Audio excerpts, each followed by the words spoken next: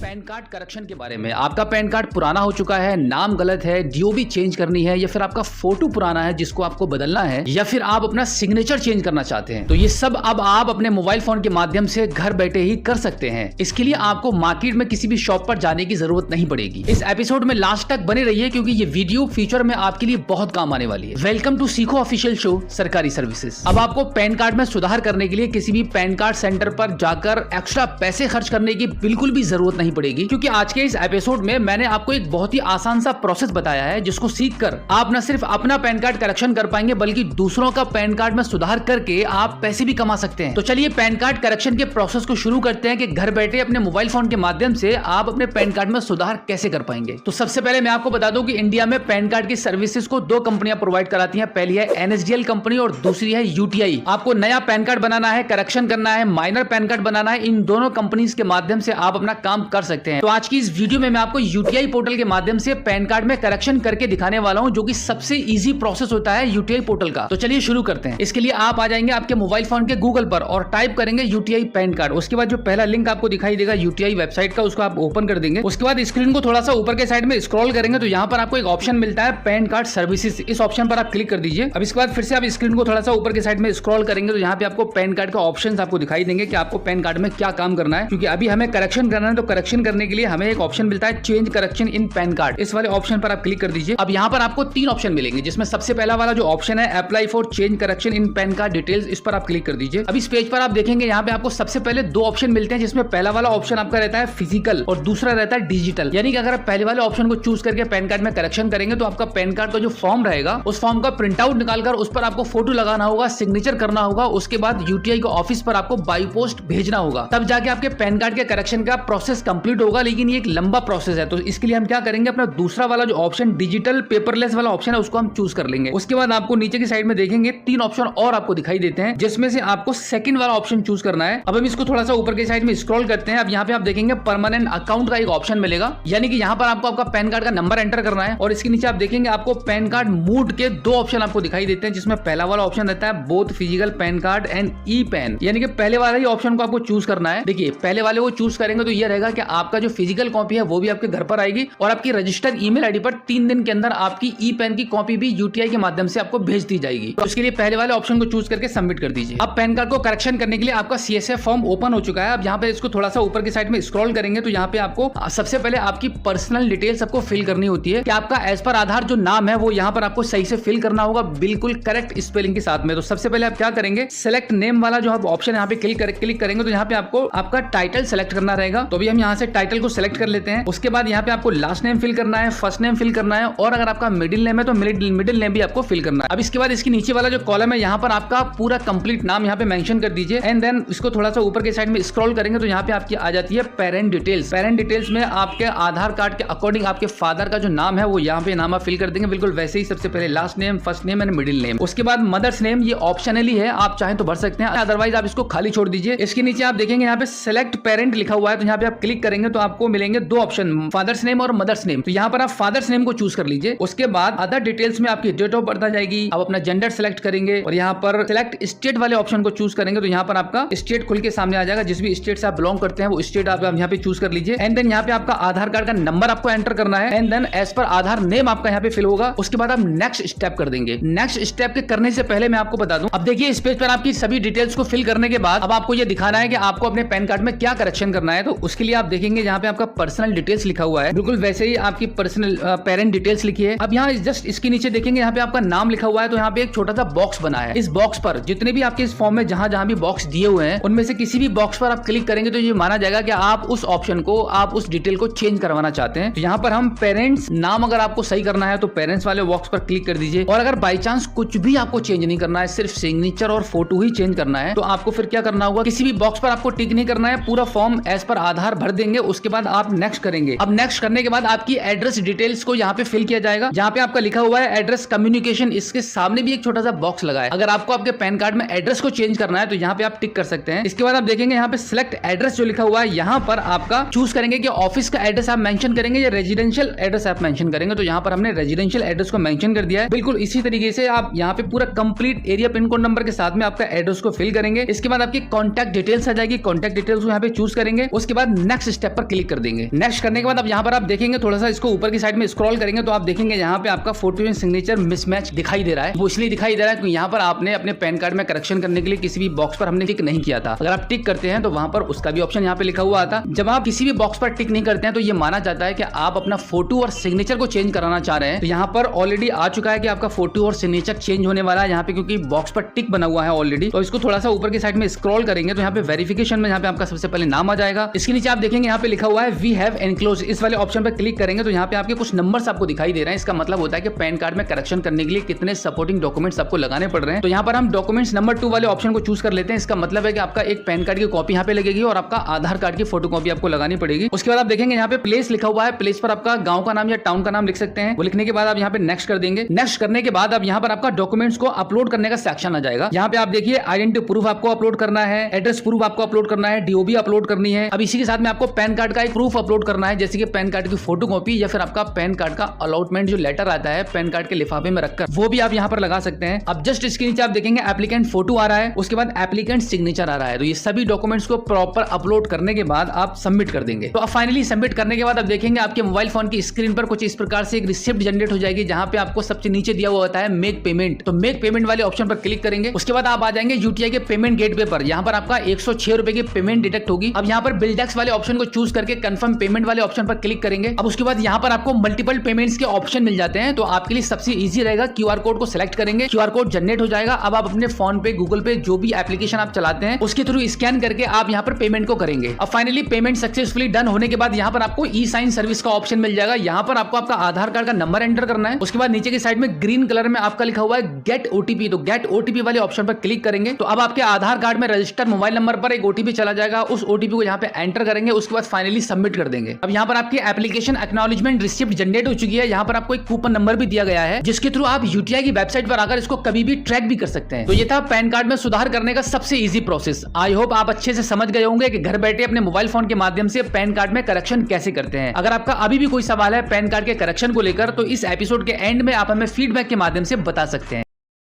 आपने कभी ना कभी रोड पर इस प्रकार के केओनोपी टेंट सिम कार्ड बेचते हुए जरूर देखे होंगे और शायद आपने कभी सिम कार्ड वहां से परचेज भी किया होगा। अगर आपने या फिर आपके परिवार में किसी ने भी ये गलती की है तो ये वीडियो आपके लिए काफी इंपोर्टेंट साबित हो सकती है। तो इस एपिसोड में मेरे साथ लास्ट तक बनी रहिए। वेलकम टू सीखो ऑफिशियल शो सरकारी सर्विसेज। एक कहावत तो आपने जरूर सुनी होगी कि लालच बुरी बला है, और ये बात बिल्कुल सच है। जब कभी भी हम लालच में आकर किसी की बातों में आते हैं तो हमारे साथ स्कैम होने के चांसेस बढ़ जाते हैं और फिर बाद में पछताने से कुछ नहीं होता है। जिसमें कुछ स्कैम ऐसे होते हैं जिनकी हमें कानो कान कोई खबर नहीं होती है। बिल्कुल ऐसा ही एक स्कैम है सिम कार्ड का। सड़क चलते जो सिम कार्ड बेचने वालों की केओनोपी लगी होती है उन पर सस्ता इंटरनेट से लेकर फ्री सिम कार्ड देने तक के ऑफर दिए जाते हैं, जिसके चलते अगर 50 लोगों को सिम कार्ड बेचते हैं तो मिनिमम 3 लोगों के साथ धोखाधड़ी हो ही जाती है। सिम कार्ड एक्टिवेट करके बोल देते हैं कि आज सर्वर इशू के कारण आपका सिम चालू नहीं हो पा रहा है, और आपके आधार पर एक्टिवेट करके सिम कार्ड को महंगे दामों में बेचने के लिए रख लेते हैं। तो क्या आपको पता है कि आपके आधार कार्ड पर अभी कितने सिम कार्ड चल रहे हैं? अगर नहीं पता है तो चलिए एक बार देख लेते हैं। इसके लिए आप अपने मोबाइल फोन के गूगल पर टाइप करेंगे